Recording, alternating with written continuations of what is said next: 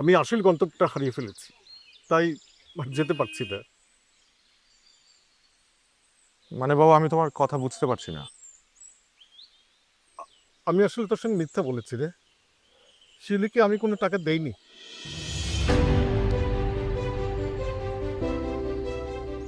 আমি তাকে এই শহর থেকে চলে যেতে বাধ্য করেছি।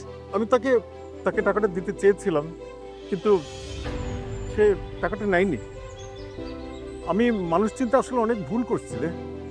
আমার স্ত্রী, সন্তান, এমনকি আমার মাকেও আমি চিনতে ভুল করছি। অর্থে দ্বন্দ্বে আমি একদম অন্ধ হয়ে গেছিলাম।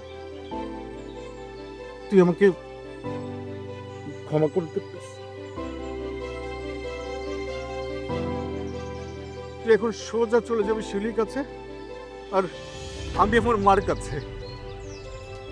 আজ থেকে আর কোনো দাম্ভিকতা নয়।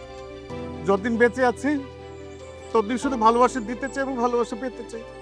তুই আমাকে মাফ করে দে বাবা। বাবা মাকে কখনো সন্তানের কাছে মাফ চাইতে নেই।